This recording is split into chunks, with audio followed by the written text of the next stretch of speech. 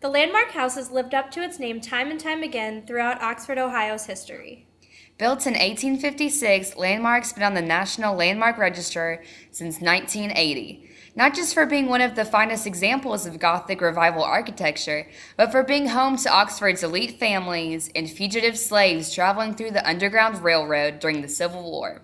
Now, Landmark is currently home to a vibrant group of 12 female Miami undergrads. Welcome to Landmark!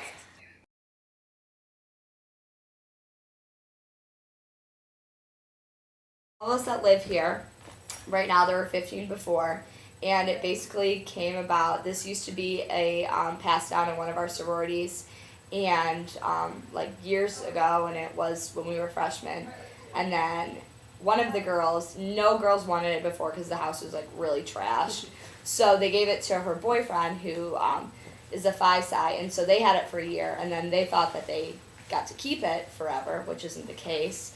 So then we tried to get it back, and we had like all these problems with like Park Place, whatever, but they were really good.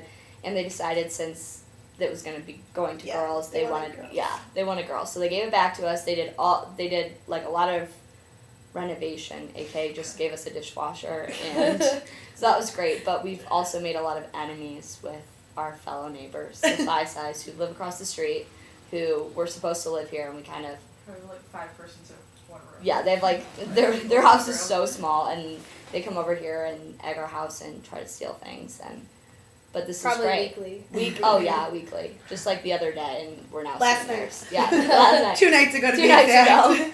So yeah, so that's how we all came to be in here. But it was totally worth it.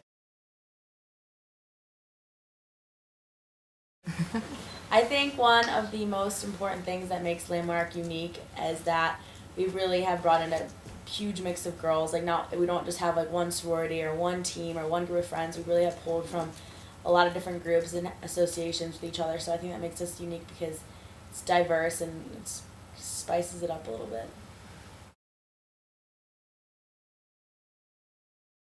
I think one thing that's really funny, and people kind of awkwardly know us on campus for this, is that guys don't really enjoy to be in this house because there's so much. Well, loud. Yeah, Strong Presbyterians. yeah, we're loud. So they get very uncomfortable very quickly. There's a lot of estrogen, and especially when we're all in this room together, it's a lot. And so, whenever like we're at bars or whatever, and we see guys, and we're like, "Come back for late night," and they're like, literally, like, cannot handle it now. They're like, "No, I can't do it," unless they're out of their mind. Yeah.